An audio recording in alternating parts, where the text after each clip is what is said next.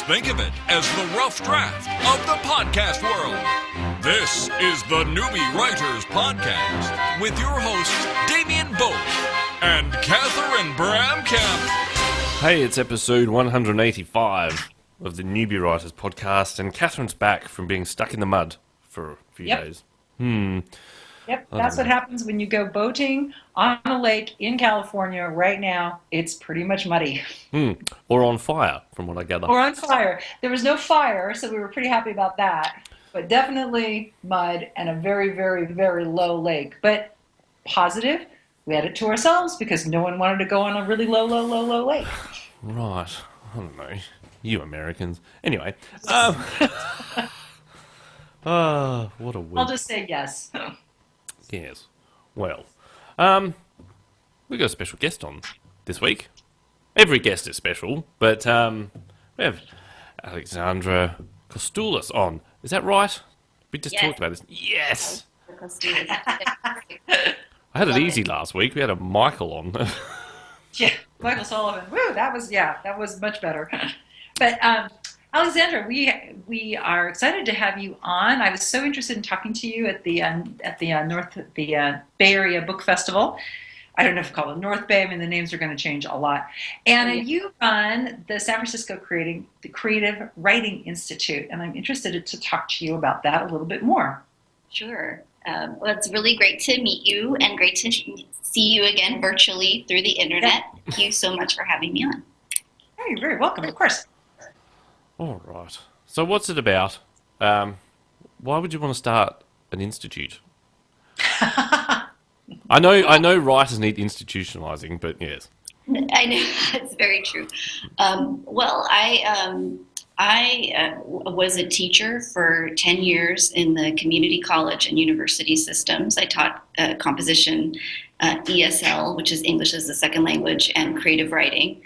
And but my love is really teaching creative writing. I have an MFA, Master's of Fine Art degree in creative writing, and I realized teaching in the system that there aren't a lot of opportunities to teach creative writing due to constraints with sometimes getting the general requirements and funding of the university. So, but there's a great need for creative writing classes, and there's a demand from the public. So I started teaching creative writing classes on my own, called based on the method of one of my mentors, whose name is Jack Grapes. And he allowed me to teach his method, which is the Jack Grapes method writing program. And it's about finding your voice and going deep in poetry and prose. And so I did that for about 3 years. And then the classes started to grow, and people started to ask me, other writers, like, hey, I like what you're doing. Can you help me get some private students too? And I thought, well, it would be cool to have a place, an institute that's outside of the university setting, sort of a professional institute, where people can take classes on nights and weekends and improve their skills as writers, as well as a place for other accomplished and talented published authors to teach students on the side.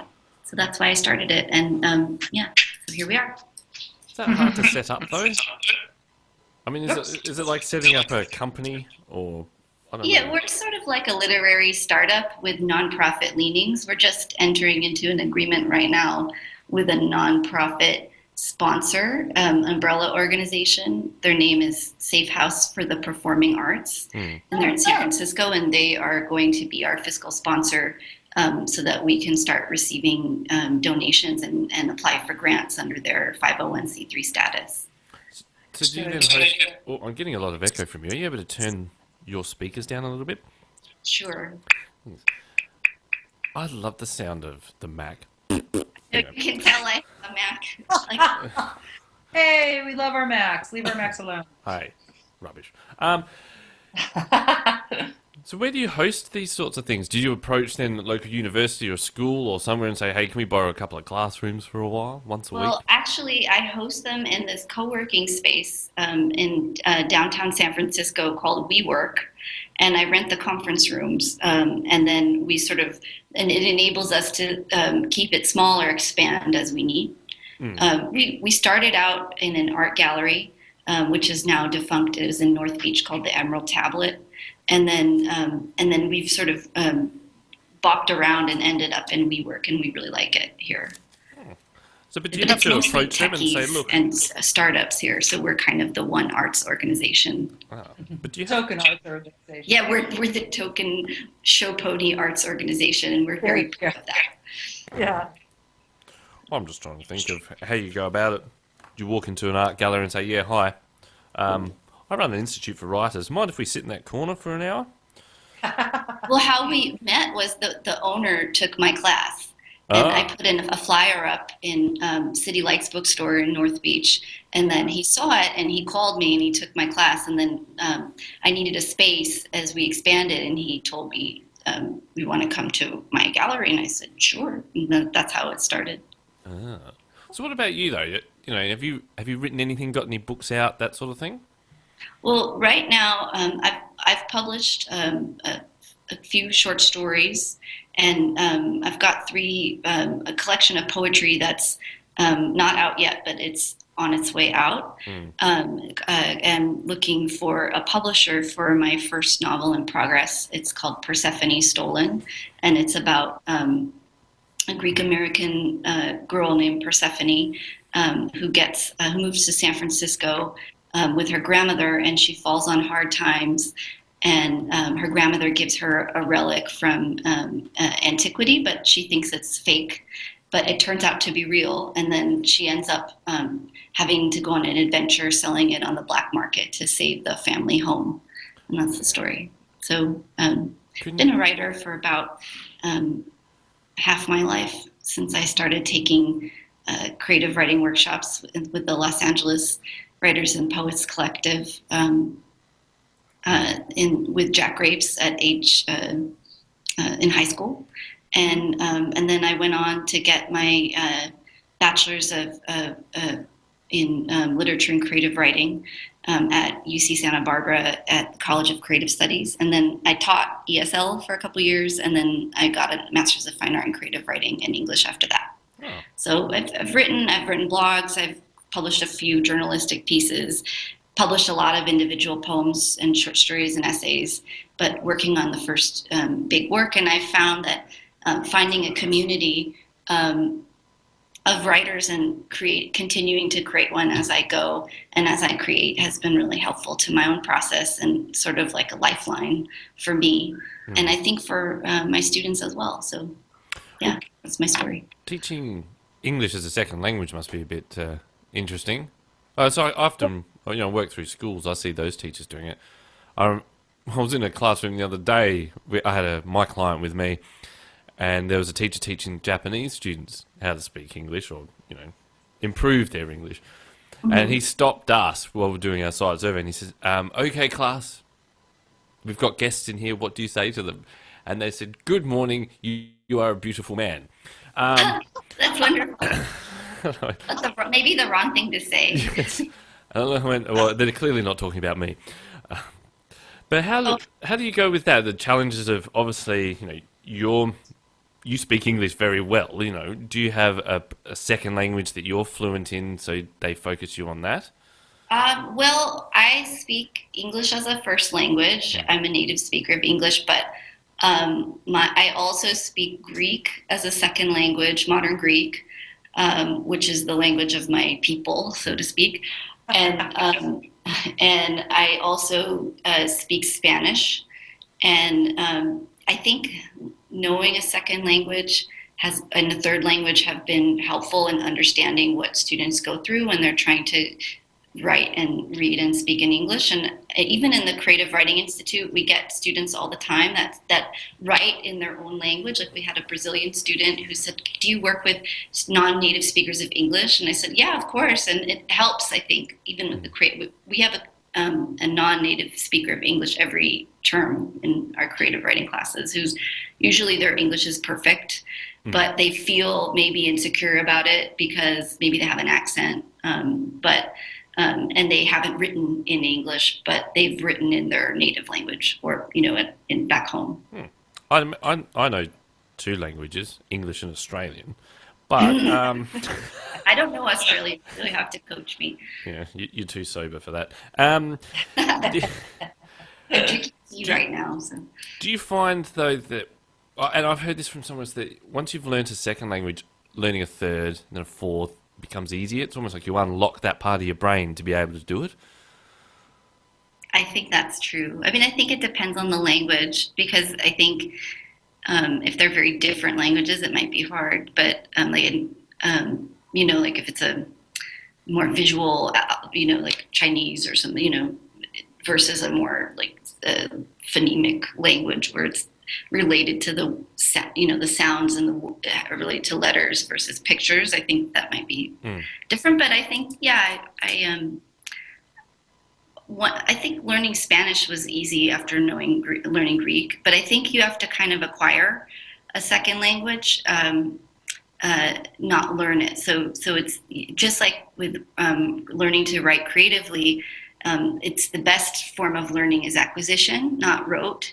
So when as a teacher, like babies, when they learn, they absorb things like a sponge, and we want to kind of try to recreate that environment for ourselves as we learn a second language and as we learn new skills, like pick up something new in creative writing. And that's what I strive to do as a teacher. And is the English language the hardest? I mean, I'm thinking of my boy who's 6, who's learning to read at the moment and write, and I'm trying to teach him, the difference between poor and weather, and it's just, it's ridiculous. I think it's pretty hard in terms of all the exceptions that you have to memorize. That's, I think, one of the hardest for exceptions is English. Is that because we're just a bastardization of, everything has influenced English in that sense? Yeah, because we have huge influences, into the English language, and we always have. And then it gets mashed up, and then it gets rearranged, and then the writing doesn't follow along with how things are really pronounced, which doesn't follow along with how we're talking. So there's, it's not even a little confusing. It is very confusing. And so if you're a second language learner, you jump into this, and you're like, yeah, but Chinese makes sense, and you are not making any sense. Yes, that's so true. And all you can do is say, nope, so let's just go from there. Yeah, I just tell students, you just have to memorize. There's just some things they say, why is it like this? And I say, well, it's one of the irregular things that you have to memorize about English. Yeah. And then that makes sense to them. Yeah, I think if you don't try to, and I was just thinking of this because I teach critical thinking and writing, and I talk about how, the grammar piece of English, and I'm talking to native speakers for the most part, and I have we have some great people on grammar on our show, Grammar Girl and Arlene Miller, and I don't think it's something that you necessarily can really get a grip on, because grammar is very slippery and it changes. It's just like our vocabulary changes, and so you have to just say, all right, just you hear it, you're surrounded by it. I think you're right on the experiential. The acquisition piece of it, you're going to make some mistakes, but just do it, and then it'll go. We'll go forward, because I don't think you can memorize all the rules of grammar. I don't think so either. And I like what you're saying, Catherine. And I think language is alive. That's what I tell my students, and I tell that like when I used to teach basic skills composition to students who maybe spoke a dialect. I would tell them, language is alive. So how you say something at home is fine. It's the right word. It's just different from standard English. So it's sort of where the language is branching off and changing. Yeah. And just like if you look at, if we look at Middle English, when we were English majors, those of us who were, and we had to read Chaucer or whatever, and if we read the original, it sounds like German. It doesn't sound. I mean, to my ear, I don't speak German, so sorry if I'm offending any German speakers, but it doesn't sound like how we speak today at all. No, in fact, we have much more German influence in English than we do the Romance languages. We had Latin in England, and it was used, more for church purposes, for translations and things. But it really wasn't. It wasn't incorporated because we had the Celtic coming in from Ireland, and so it kind of mashed that up, and then you have the German influence and the Norwegian influence. So I think we were already at it. We had no pure system because we didn't have England at the time wasn't a pure nation essentially. Yeah, and then the invention of the printing press just shook everything up with language too. I mean, so it's just all of a sudden people could print in their own language, and then language changed. It wasn't just the scribes that were copying in the religious order, from each other, and maybe made a mistake or changed the spelling as they went. But or changed meaning, little things like that. And then now you have, like my boy walked past the computer the other day and went, "Why'd that person put lol there?" I forgot about that. And then emoji language and all the emoticons that people use are becoming a language too. Oh, even that word alone, emoticon. That's a new word in the last 10, 15 years. Yeah, true. Oh, God. Actually. Yeah, and I like the emojicons. I had a moment with my emojicon. So I was texting, and now when you text, you get a wide range of emojicons to choose from. So you can, you put a little boat on there, you put a little bicycle rider on there. And what I noticed was, first of all, on any emojicon that has a little human running around, you get to choose the color of the human to make that more politically correct, which I thought was interesting. And then my next step is like, okay, here's a boat, because I was on a houseboat, but it wasn't a ski boat, and there wasn't a skier on it, and I wanted a ski boat with a skier, and I thought, well, but there's no little picture for that, so now I'm going to have to revert back to those words. Well, I don't know. I can't use them because they're far too clean for half the text messages I send to certain people. Yeah, I don't need They're kind of like Newspeak. I mean, they're a little strange. I'm sure there's a Tinder app that can give you all of the more specific. What they mean, yeah. Well, I'm leaving that alone, actually. Yes. I'm waiting for the Ashley Madison emoticon. Yeah, anyway. the Ashley app too. You want to, and then just type in your little picture, and that should be clear at a bar. Be able to figure that out. Do you think though, at some point in the future, you're gonna, if you still can get a book, you open up and there's a little smiley face at the end of a sentence? I think they have that already. Oh, I'm sorry to say. I know it's a brave new world, but I think some YA has that. Are you serious? Oh, really? Yeah, I've seen it and I've gone into like the one remaining chain bookstore that we have left in the Bay Area. I think I went into Barnes and Noble and picked up a book, and it was for YA, teens, and it was sort of like these friends and their text messages to each other, three girlfriends. We're doomed.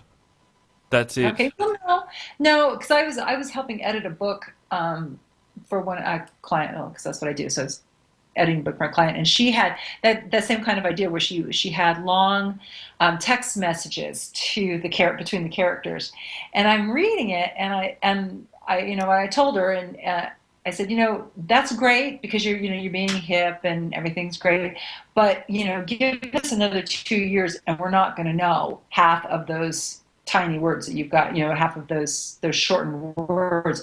You're going to need to quote translate it within the book so that you don't end up being completely anachronistic and out of out of fashion and almost immediately. So it's like writing dialect. You have to be super careful because people who wrote brilliant stuff in the local vernacular at the time, 3 years, 5 years later, it was unreadable, and then their work is gone. Chaucer aside. Yeah. Chaucer aside. Yeah, that's good. I think if you can do it well, like if you can throw in a few. I know as a Greek American writer, I struggle with this: how to bring in my culture and my ethnicity into my writing, if I want to or when I want to, and what Greek words to use, to flavor a piece, but not to make it like where there's words that people aren't understanding that start to make people tune out. And then I've noticed here, we have even between states different words, Greek words for the same thing. Like, well, sure, and you have strong, I think we all do, all countries do. Even the strong regional dialects. I had one woman who was just griping like nobody's business. She says, "Oh my gosh, I've been in the Bay Area for 48 hours or something." She says, "You all say hella. And, this is hella good, this is hella bad, whatever it is, right?" She goes back to South Carolina, uses hella, and they're all looking at her like, "Are you swearing at us?" Yeah, that's what I thought when I first heard it, too. So that, too, can be a challenge for a writer. So I think to your point about, how do you throw in the Greek word or the foreign word or the the slang word, make it colorful without losing the meaning. I think Latin I American. think that's the art. Oh, sorry to Yeah. interrupt you. I think I love what you're saying, and that's why I got excited. And I think Latin American writers have done this well. I Okay. always look at what they do, and I look at them as a guide. As sort of how they. Maybe because I speak Spanish, but when they put in a little Spanish into the writing, but it's not in Spanish, but they're writing in English. I think that they've done a nice job with it. Okay, good point. I also like the writers who, because I was just reading a book on, it was written by a Danish writer, and sometimes because they're writing in English, but their first language is another language, and they want to describe something that doesn't have an equivalent in English, and so they put in the word in their language that captures it, and then in 2 or 3 words it says there's no word for it in English, but this is kind of the essence of what this other word means. I find that fascinating. Oh, I love that. I love when there's Yes. a word that doesn't exist or doesn't have the same weight as Yes. the other language. Those are wonderful. Yeah, and it's just, and I appreciate that because we have English has massive vocabulary, but there are things where we just don't have it, and that's partially because we don't experience it, so we haven't labeled it, and so that's why you get it from another culture, and they say, oh well, this happens to us all the time, and we have 5 words for this particular emotion or situation, and you're like, oh, well, it's like having 36 words for snow if you live in this. Or 96 words for fog if you live in the Bay Area. So, Yeah, that's a really good point. and I find that is what's interesting, and if we can capture that as writers from a specific area and really be true to our roots, I think that we contribute a lot more to the canon as a whole. Yeah, I agree. So Yeah. tell me a bit more about the Writing Institute. How do you structure your classes then? Is it just, do you have dedicated poetry, dedicated, various genres and that sort of thing? Well, right now we have method writing, Jack Rapes' method writing program, which is it's about finding your voice, and that's suitable for all types of writers: poetry, prose, fiction, and memoir. And it's a class, it's a journaling class where it's broken down into 8 sessions, and we just sort of each class we work on a different concept of voice, and so the idea behind that class is voice drives the character drives the plot, and plot tells the story. So we start with voice and then work on modulating aspects of our voice to control the story or the poem. And that one's for anyone. And then we also have a fiction class called Writing the Literary Page Turner, and that's taught by sci-fi fantasy horror author Nick Mamatas. And that is mostly for genre writers of fiction, but it could be for a literary writer that needs some help jumpstarting their plot, or anyone that wants to work on plot in any fiction writer, or anyone just wanting to learn about fiction. And then we have an advanced editing class for method writers. A lot of people take Jack Rapes method writing several times, 8 times, 9. So it's a class somewhere for them to go if they want to keep taking classes with people with the same language, but they want to work on a manuscript or something, a larger project that they've discovered while taking the other classes. And then we have a poetry workshop on Sundays taught by a poet and a writer named Holly Hardy, who is instrumental in organizing the Beast Crawl in the East Bay in Oakland, which is a literary festival that happens in the summer. So, how does it work on a class by class basis? Is it, come to the institute, you'll do 10 classes in, poetry or the Jack Rapes or whatever it was, or is it just an individual thing? Or you can come for one class only if you like. Well, right now, all of our classes are 8-week courses that sort of go together that you sign up for, and then you go to all 8 weeks. And at the end, we have a reading. So each one builds on the next. But we're working on we're going to start offering some one-off classes that you could take together or take separately. We just haven't done those yet. But those are in the works. We've got a fashion blogger that wants to teach a class for us that we're going to bring on. So we'll have a blogging class, and then some lecture series that are more one-off. So is it more tailored to someone, that doesn't have anything written that wants to start it? I'm just thinking like a newbie, essentially, can come along.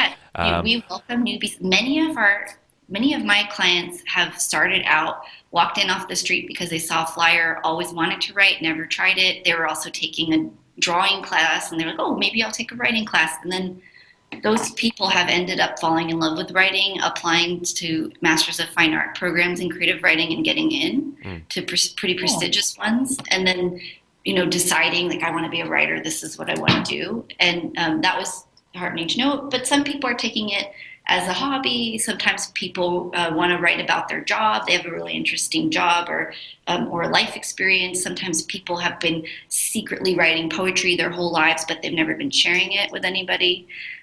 Or they went through a block. We get a lot of people who they used to write, but then they got a creative block, and my personal specialty is working through that. So method writing really helps you sort of power through blocks.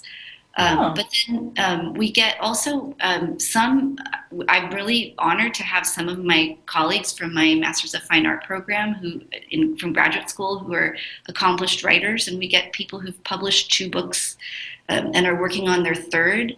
My friend and colleague Elena Mowley Shapiro, who has 2 books published by Little Brown, took the method writing course, and sort of when she was blocked and needed to rediscover her voice. And I thought that was really cool that she wanted to try something new. And she, dove right in and took it with, beginners, and was cool. She would riff on literary ideas, which was enrich the class. What's the worst excuse, though, you've heard of when someone's come in with a flyer and they're like, oh, I want to learn to write so I can become rich? No, I've never had that kind of student. But I think most people know that you can't become rich by writing, that it's like winning the lottery, I mean. Right. Tell that to the people that email us. Anyway. Oh, really? Okay. Well, I haven't encountered somebody like that yet, but I guess I would tell them, writing is a vocation, and it's like how people say they're called to the priesthood. People are called to become writers, I believe, and that it's like you write, like Charles Bukowski had this great poem, like, write because there's a fire inside your gut, like write because you can't not write.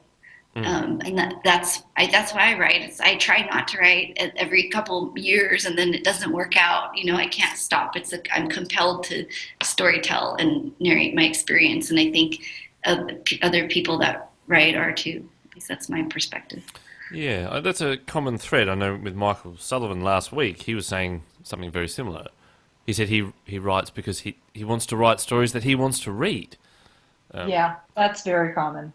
Yeah, or I was just thinking today that sometimes I have experiences and I wonder, did anyone else have this experience, or does anyone else think this about XYZ thing? And I'll Google it, and I'll say, well, what is, maybe if I search it online, someone will have it, and then no one has it. And then I think, oh, maybe that means I need to write this because it doesn't exist, and then that's exciting too. I think the thing that I always get, and I've had a mate say this on a number of occasions, is why does always the weird things happen to you?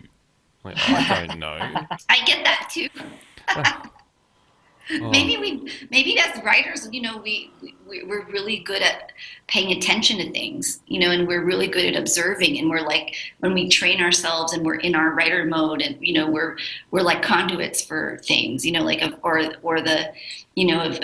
really observant of our surroundings. So maybe things happen to everybody, but it's just how we're super attuned. And I think it's the way we then can deliver that story to someone else after, I've noticed. My wife and her family, they're not necessarily the best storytellers. I find that at family functions, they'll be standing there talking to you and there's lots of pauses, and they'll go, so I met Jeff. I'm like, who's Jeff?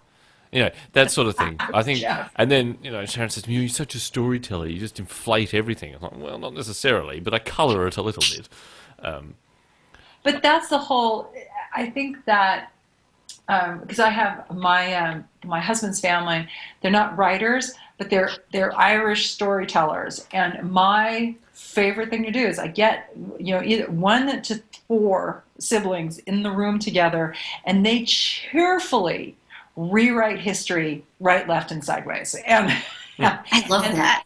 oh my gosh, and it's completely inflated and conflated, and they everybody's got a role. They know where they need to go, and the kids, my kids and my sister-in-law's kids, they just sit back and just watch the aunts and uncles go for it, because it's like, you guys are hilarious, and there's nothing we can there's no way we're going to compete. But I have a feeling they've absorbed this so much that, give us another 2 to 3 years when they're A, have left the house, and B, their parents aren't paying for their college anymore, they'll come up with some stories themselves. So I'm looking forward to that. Yeah, But that's entertaining. So you're right, Damien. It's entertaining for you to tell these really great stories. Are they true? Mostly. Usually, mostly, but I find that she'll say to me as well, they don't need to know that. I think that's the other thing I've found. A lot of good writers, there's no filter or there's no shame in telling a story. Like, if something's happened, it might be a bit embarrassing and that sort of stuff. It doesn't bother me. I'll tell anyone. Right. Something. Because it's actually funnier if it's sort of, it's a little bit embarrassing, a little bit on the edge. Now, just along those lines, do you find, Alexandra, that people are blocked in part because they have, quote, an embarrassing story, or they don't think it's, the story's appropriate, or they're worried about the story? Is that part of their block?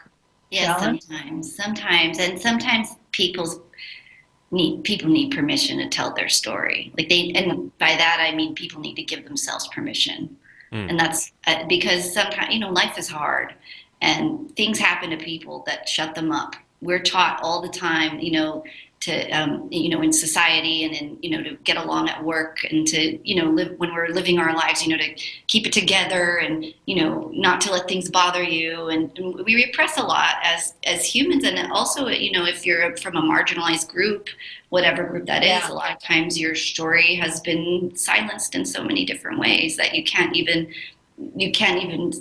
they're almost invisible, but maybe collectively they might silence a person, or people don't feel like their story is important a lot, and no matter who they are, I think that's one thing about stories, is that it doesn't matter who you are. You can be three totally different people, but if you tell, in a room, but if one person has a story that's moving and compelling, all of the people in the room are going to relate. It doesn't matter, just because we're human. We could be from different walks of life, different countries, different races, different ages, different gender. It doesn't matter. Yeah.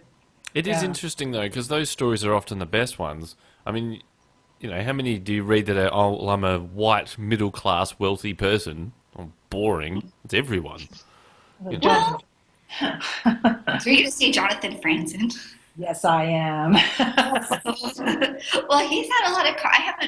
I don't read Jonathan Franzen's work, and maybe I should as a literate person, but he had a controversy because he said that he was going to adopt a Iraqi refugee child, I think, because just to see how young people were angry today, I think. And then he had a lot of controversy, and a lot of this writer slammed him that reviewed his work, and I found it to be interesting. I mean, he's interesting. And I just say that because he's like this darling, and he can't do any wrong as far as the literary world is concerned. And every time I look I think I've got Freedom on my shelf someplace, and I'm just looking at it like, oh, that just looks painful. Hang on. Yeah, I don't know. I mean, I think if you write from a place of truth, it shouldn't matter who you are. If you're telling your truth, and it's something that people can relate to, and it's deep, I don't think it matters who you are. But I think that, like, coming from a place of privilege that's unacknowledged, and like, it isn't really as interesting a story. So, but hang on, clear this up. So he wants to, he did adopt someone from, Iraq or wherever it was, It was Iraq, I think. just to see if it would piss people off? I think he said the article that the woman who interviewed him sort of said that he said that he had thought about it as an experiment to understand angry youth, and that he was going to write about it, but then his editor talked him out of it, and then he was sort of I don't know, shamed on social media for having said that, but then it was around when his book came out, so. I don't know if it was like a weird way to get publicity, like to, controversy or something. I think it was probably a weird way to get publicity. Yeah, rile the feminists right before your book comes out with a feminist character. I don't know. Anyway. Right. Have Twitter light up, and he did that by quote refusing to go on Oprah. It got much more traction, than had he appeared on the show. So yeah, I think that he manipulates it. But let me go back to this. The Jack Grape method. Can you give us an example of how this method writing helps someone who is blocked? I mean, what are the kinds of steps that people are taking through? I've never heard of this, so I'm interested in learning about it. Sure. So Jack Grapes, it's grapes like the fruit. That's one way to remember it. And he's been teaching this method to actors and writers and everyday people in LA for 30 years, and it's basically his homage to Stanislavski's method acting, though it doesn't do the same. He rewrote it to relate to writers, and it's completely different in some ways. But it's the idea of going deep and is still there. And but he talks about, there's a concept called the deep voice that people need to tap into, that voice is something that you can modulate and use to control the emotion of a story, like the emotional register. If you tell something all funny, ha ha ha, it's as one level. But if you go deep, like this happened to me, and then this happened to me, or there's stories that are, that are gut wrenchingly painful to tell. Like the story of all the refugees that now people are sharing. They're totally sad, and they're different. They're not a comedic story, but they're compelling, and people are following them. And how to use the tools of writing, simple tools, talking about the self, and sort of we do it through the I, and we go deep that way through a process of following with what are called transformation lines, and then we practice with I and writing about the self, and then through that we practice going deeper, and then that's a way to sort of open up and figure out. We start with a blank page, and then we just see where it goes as we're doing these exercises. So the goal is process; it's not product.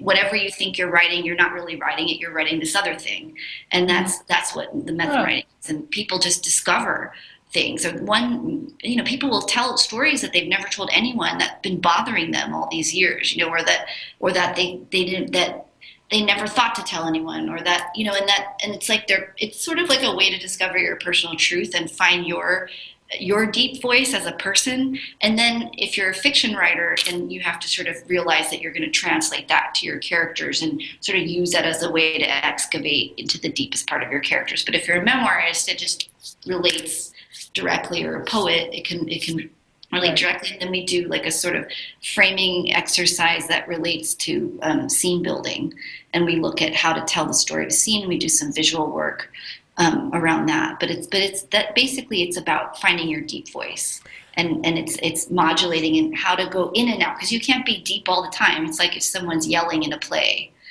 for like 5 minutes, it's too much. Like you have to kind of, or it's dynamics. You have to work your way into the crescendo and out of it, to give people a break too.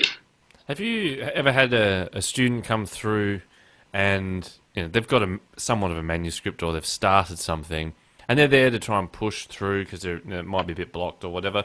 Have you ever advised them, I think you need to write something else? This story is rubbish. I usually don't use the word rubbish or say that a story needs to be thrown away, but I think that, that's happened. And what I tell people is I just try to focus on the part that's good. Or, what I'll say is, this part here, this is where it comes alive. So, and then so that way when imagine the stories like a piece of fabric and you're cutting away, or like a dough and you're cutting away all the stuff you're not going to use, which in sometimes if you throw away a lot, it could be a lot, it could be most of it. At least you have some part of the fabric to hold on to as you cut, so you can see what to keep. So I sort of direct my comments around what's good and then have them bloom something new around that. And then later, the stuff that isn't good or isn't working can kind of float away and get cut as people are ready to let it go. Because sometimes, even myself, like when I write something that doesn't work with a piece, I might get attached to it. It's like Anne Lamott said, killing your darlings is the hardest. Yep. It is. And the darlings are the ones that need to go. I think that's the irony, is that the stuff that we love the most is, someone else will look at it, which is always helpful, and say, oh, I loved everything except this part. Oh, but that's my favorite line. No, it must stay in. And of course they're right and you're not, and you got to let it go. Or sometimes that can just be, I just say put it aside. Like when I cut in my own writing, if something's, even though I like something, if it doesn't work and it's like a darling like that, I just cut and paste it into a new file as like maybe I'm going to keep this and maybe I'm cutting it file. And then I slowly let it go. Yeah, that's what I tell my clients too. It's like, don't, because they can be very fragile and you don't want to shatter everything, right? So you just say, oh, that's really interesting. It doesn't work here. So why don't we put it aside and maybe you'll find another home for it. And you never know. And also, like, the process of writing a novel is like an iceberg underwater. It's like a mountain. It's like that picture of like the mountain and then the water level, and then underneath it's like this whole, this whole other part of the mountain that's underwater, or an iceberg. And then above it is what you see. It's just this tiny little part, but like all the stuff all the wrong turns you take when you're writing, and all the stuff that you're doing, that the cutting room floor things, the pre-writing, it's all the sketches. It makes the final piece that you need it to get there. It's just not always going to be in the final product. Yeah, absolutely not. Yeah, I passed around that infographic too because I really like that. Oh, I love that. I think you should just flip to a blank page and say, "See this? The best bit." See how they go. Well, we do a lot of generation. Like, so most of our like in method writing. Most of the things that we do are idea generation exercises. So everything that people come in with are new. So even if they have an old piece that they or like a novel they've been working on for a long time, we say, okay, well, write this new part right now. What part haven't you written? Write that part. So then everything. So that way we work on fresh, rough pieces. So everybody's on the same playing field. Even the pros have to bring in something rough, and so. It makes it nice. It's very empowering for beginners, but it's challenging for advanced in that way. So if you had a newbie come through that is pretty much a blank canvas, and then by the end of it, they've already fleshed something out, and you hear then down the track in 6 months, a year later, that they did get a publishing deal based on being able to be unlocked by what you've taught them. So far, I've only been teaching this for 3 years, so I think it's a little bit soon to say, but I know that Jack Grapes has had those experiences with method writing many times. He's been doing it for 30. I think it takes a little longer than 3 years most of the time for a newbie to show up, figure out that they're a writer, and then find that project. Though, I mean, I could be wrong, just I haven't had that experience. But what I have had is people publishing, doing readings, getting into MFA programs, getting fellowships with the work they've done after walking in cold. So, I think that's, a good sign. And I don't doubt that many of my clients won't publish. I don't doubt that they will publish. I think that they will. I think a lot of the work I've seen has been excellent. So that's why I do it, is that people are really alive and they bring their best work. And I wouldn't do it if I found their work to be boring. Well, give it time. You might find that they're on Oprah one day and they're like, oh, I've been on the Creative Writing Institute. That's where I got my start. And then, you'll be rich. I hope so. Everyone it wouldn't hurt to be rich. I mean, that would be nice, right? Yeah, that's right. People say money can't buy happiness. That's rubbish. They just don't know where to shop. Yeah, I'd be very happy. Yeah. I don't know. So, all right, because we're pushing time a little bit. what's the best way that, if someone is listening to this and they're interested in, joining one of these courses, how do they go about getting in and the requirements and that sort of thing? Well, right now we have no requirements. It's just anyone who wants to join can. All the classes are open enrollment, except for the intermediate advanced class, which is specifically for method writers. Eventually, we will open it up. I'm looking for another teacher to teach it, and we'll open it up for everybody, and then it'll be by audition. But aside from that one, they're all open enrollment, and you just go to our website, which is www.sfwriting.institute. So www.s as in San Francisco, F, writing.institute. See, I haven't seen a .institute before. They're new. It seems like it would be .com, but you can get a .institute, and that's what we have. I want to get one now. You want to be an institute? Yeah, well, I don't know. Do you have to prove that you're an institute, or can I just have... No, you don't. And you don't have to prove that you're a nonprofit to have a .org, I don't think. That's true.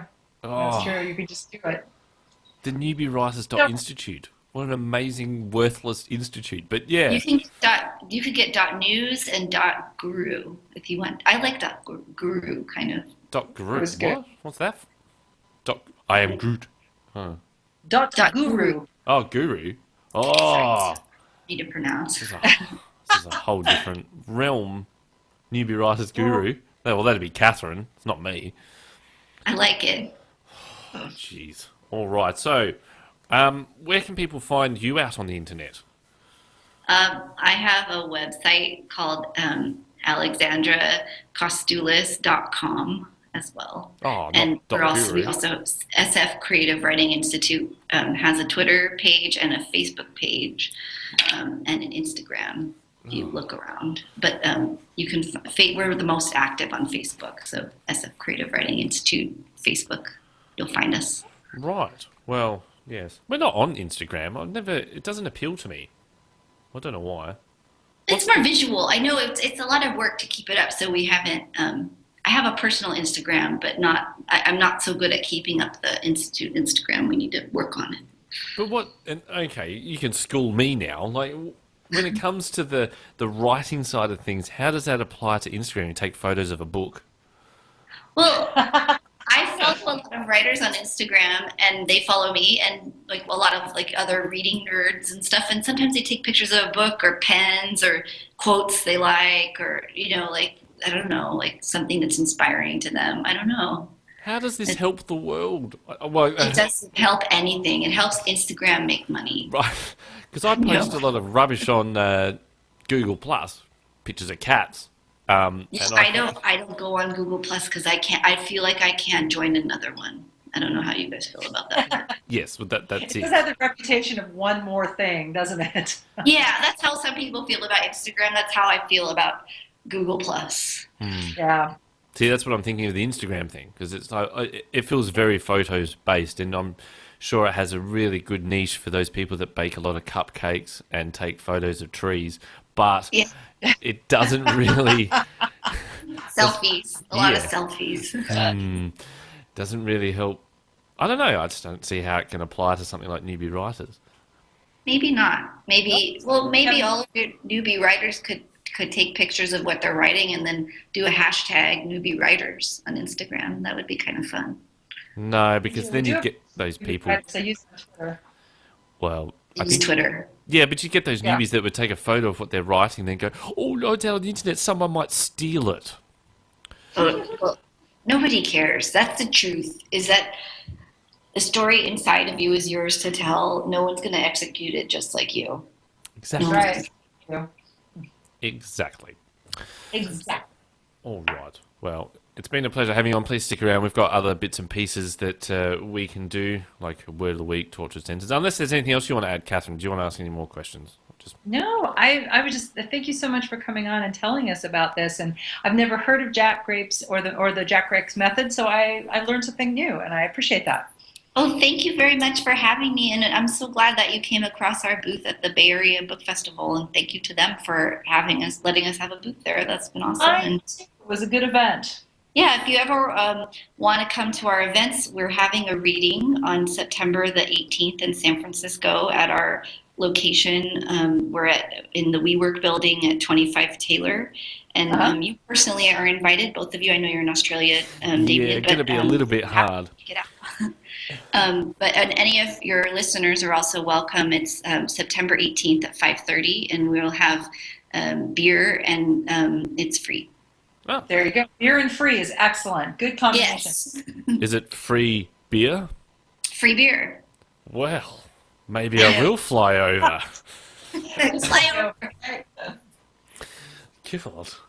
Anyway, sounds good. Oh, but with like this, what you were saying like a book. You had a booth at this thing. Yeah, at the fair. Yes, At a fair. it was a Bay Area Book Fair festival. Bay Area Book Festival, I think. So what? What does that look like? We don't have things like that here because we're old. Oh,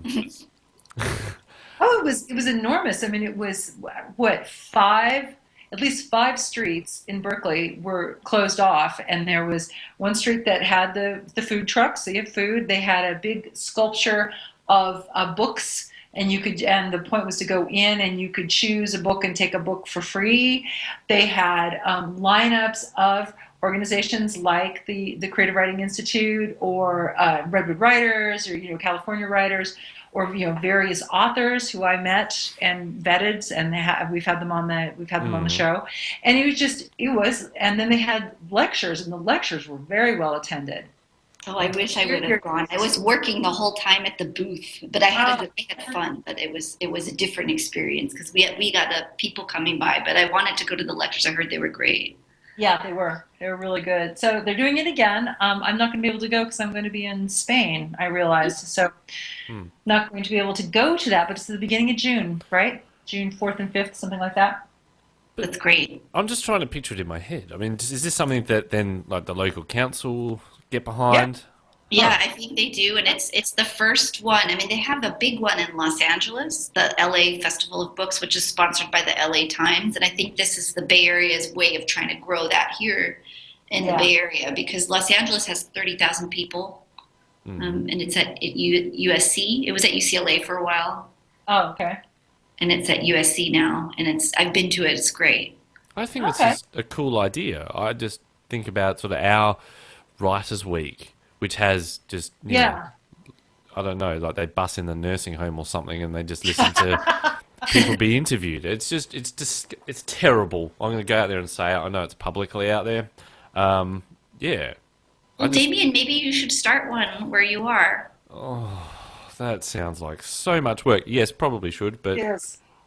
It is a lot of work, but it just, I love, eventually I want to create something like that up in the Sierra foothills.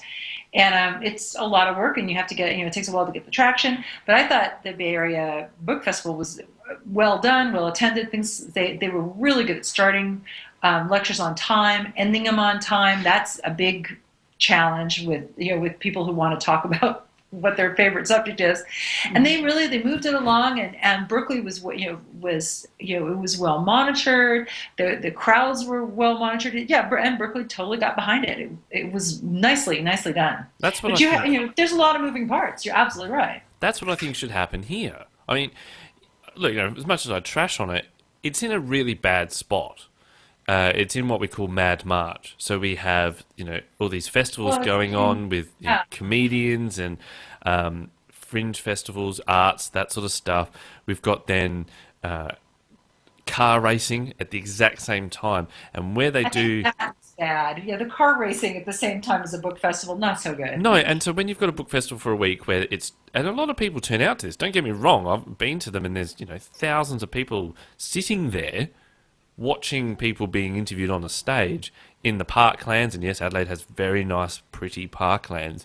But when you're sitting here listening to someone talking about a book they'd written based on someone in wartime going through a tough time, and you hear in the background, stupid idea. But then at least they get a thick skin, Yeah. Like, sure, they already have one. But. And then I just think all of the people, or a lot of the people that would be sort of hip and happening that might check out the writing or the books, are too busy going to see comedians because at the same time, or they are at the races, or they're watching a concert or a play. It's like shift the Writers' Festival to its own time and do more. So just instead of having the interviews, have something like what you guys have got. Maybe they should have a look at that.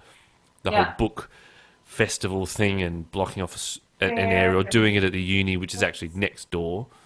Yeah, there's all sorts of cool stuff, but I think you're right. I think sometimes you have to look at what the competition is, and if you are in a situation where it's too much, then you lose it all. That's true.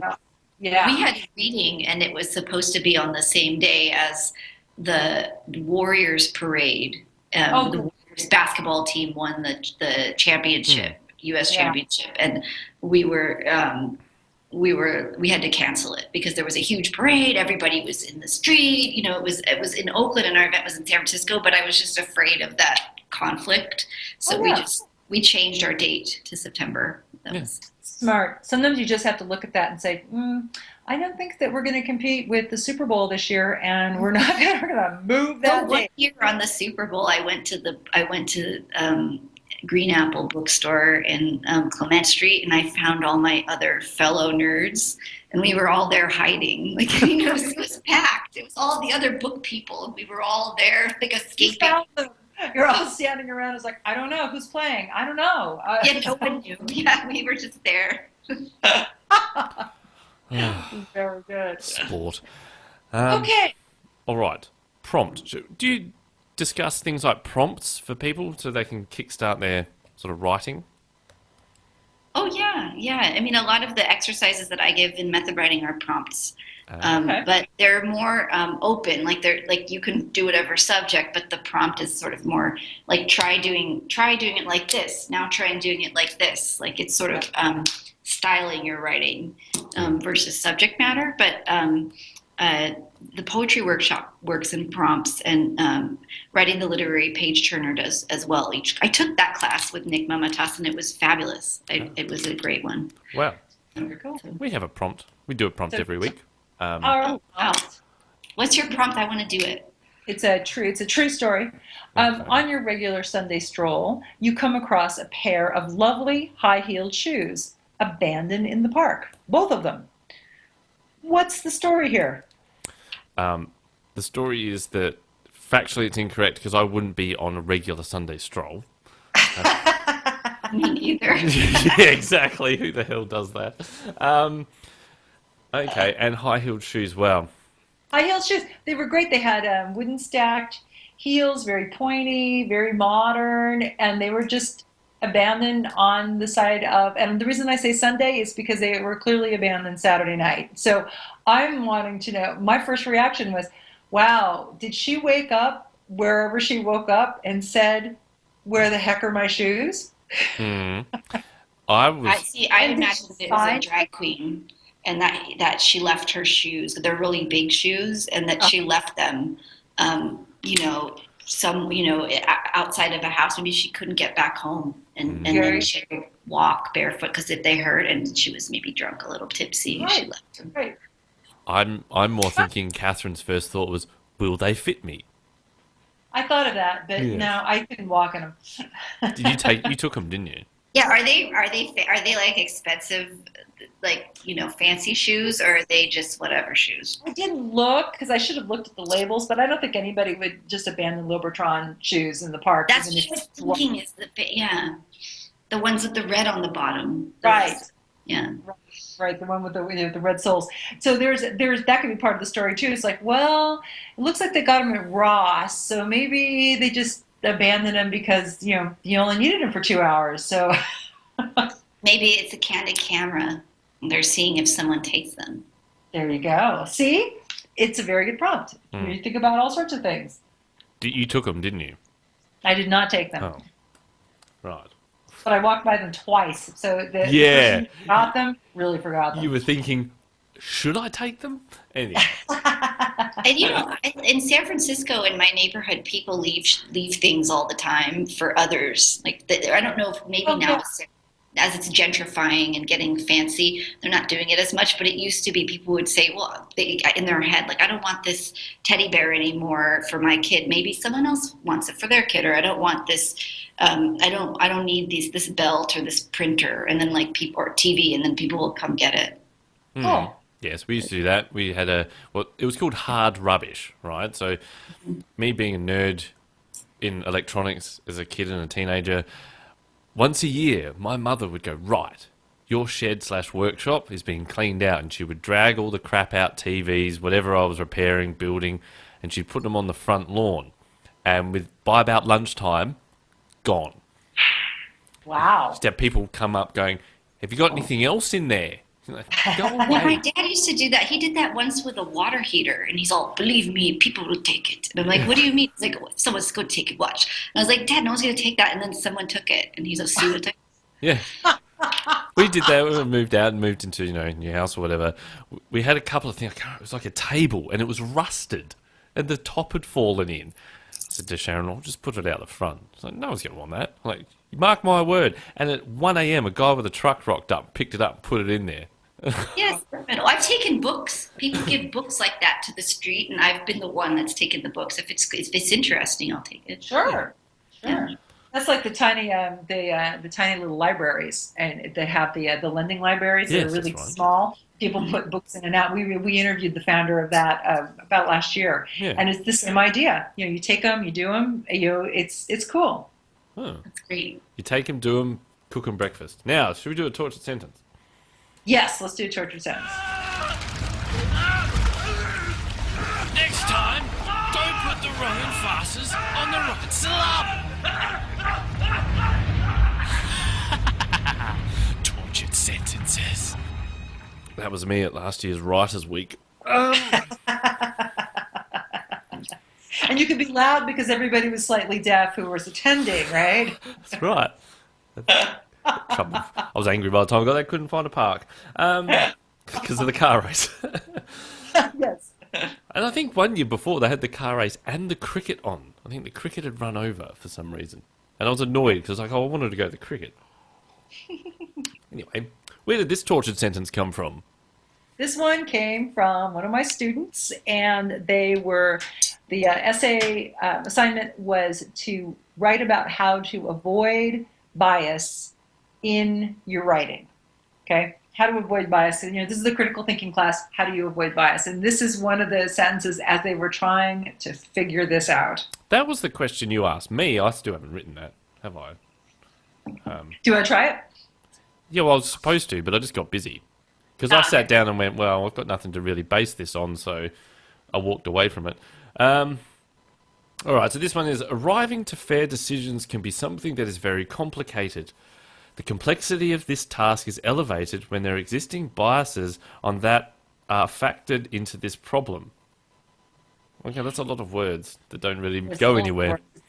It's very complicated. It is very complicated.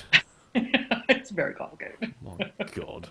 Anyway, moving right along. I'm not even going to try and decipher that. It's too early in the morning. Here you go. Word of the day. Word of the week. Word of the week from Anu Garg, a word a day, is athwart. You're a thwart. I don't know. From side to side of, across or against. Right, it's an old Norse word. Yeah. Huh, a thwart. A thwart. What's this itchy That's lump? like Oh, it's a thwart. Oh, that's terrible. Sorry, it's Father's Day tomorrow here in Australia. I'm trying to practice my dad jokes. Your dad joke. You got one? Yeah. I was sent a YouTube video by Sharon yesterday of it was like the death of dad jokes or something. It was all these kids that are about 8 or 9 years old saying, my dad came up to me and I said, I'm hungry. And he said, hi, hungry. And it's got Charlotte's afraid of food now. This sort of stuff. It's very clever. Anyway. Alexandra, is there anyone you want to give a shout out to? I want to give a shout out to the other teachers in the Creative Writing Institute, Nick Mamatas and Holly Hardy, and all of my students from times of yore to now. If you're listening, thank you for listening. And that's it. Thanks for having me on. No, thank you for being Oh, here. our pleasure. Catherine, is there anyone you want to give a shout out to? Because I've got a couple. All right, I just have a shout out to my friends Kurt and Deanne, who I beg and plead to not publish the photos that they took of me while we were all sitting on a boat water skiing. What's their email? I need to talk to them. Yeah, it's like they can't. I mean, when you hang out with pros, I mean, I look up and I've got 3 cameras trained on me. It's like, seriously, you guys, I have no makeup on. The wind is whipping my hair. No, don't move. The light is great. The light is great. It's like, oh my god. At least you can water ski. I've only made it into the tube that gets pulled by the boat. If you're, It's just in the boat because I'm recovering. My wrist is still broken, so there was no way I was doing any kind of water skiing. So I was just in the boat. They were taking pictures. I'll sit on the bank and watch. Okay, so who do you want to give a shout out to? You got a list. I'd like to give a shout out to you to say thanks for the last 4 years. Do you realise today is our 4-year anniversary? No way! Yeah. Oh my gosh! First show went out, I think it was the 3rd or 4th of September 2011. Wow! So happy anniversary to you too! Yes. What a kick! I know. So it means if we ever, got divorced, you'd get exactly half the shows. Oh my gosh! And wouldn't that be something? Yeah, that's worth a lot. So there you go. It's been 4 years. 4 Wow. years. All I right. feel honored to be here on such an auspicious day. Thank you. That's awesome. Yeah, is that a kick? I know. Yeah. I just thought I'd look it up. I don't know why. I wonder how long it's been going for. I went, oh, right, this week. This week. Good for you guys. So, Yeah. Can I ask you a question? How do you keep your momentum?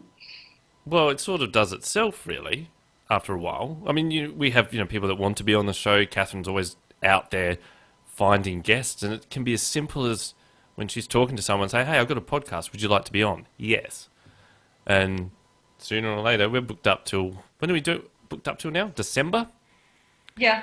So by the time you get to December or November, all the other people that we may have spoken to in that meantime are now booked in. So it then becomes February. So if we were to ever stop this show, we'd have to stop it now, and we'd still be going for 3 months to catch up. Yeah.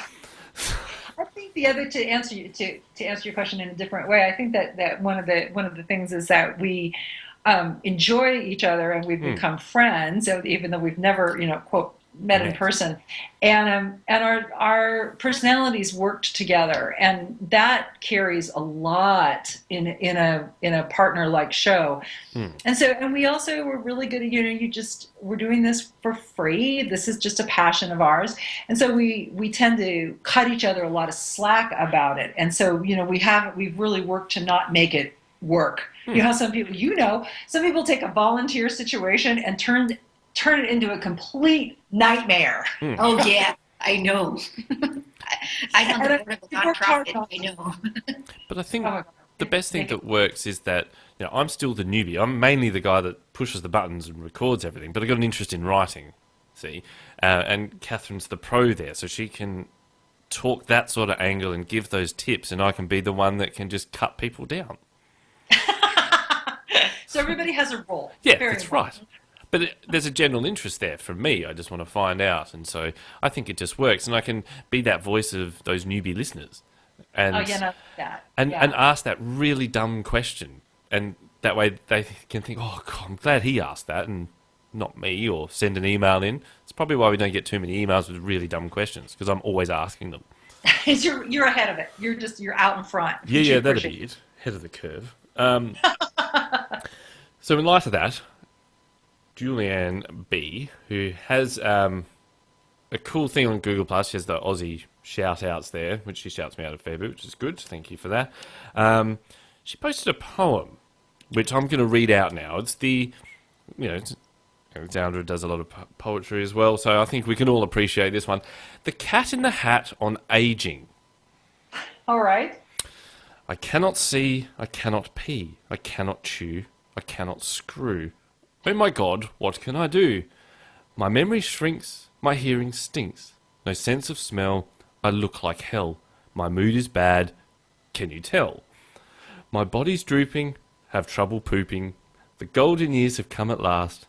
The golden years can kiss my ass. So, there you go.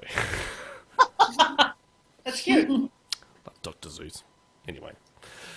All right. Well, that'll do it for this week. Who's on next week?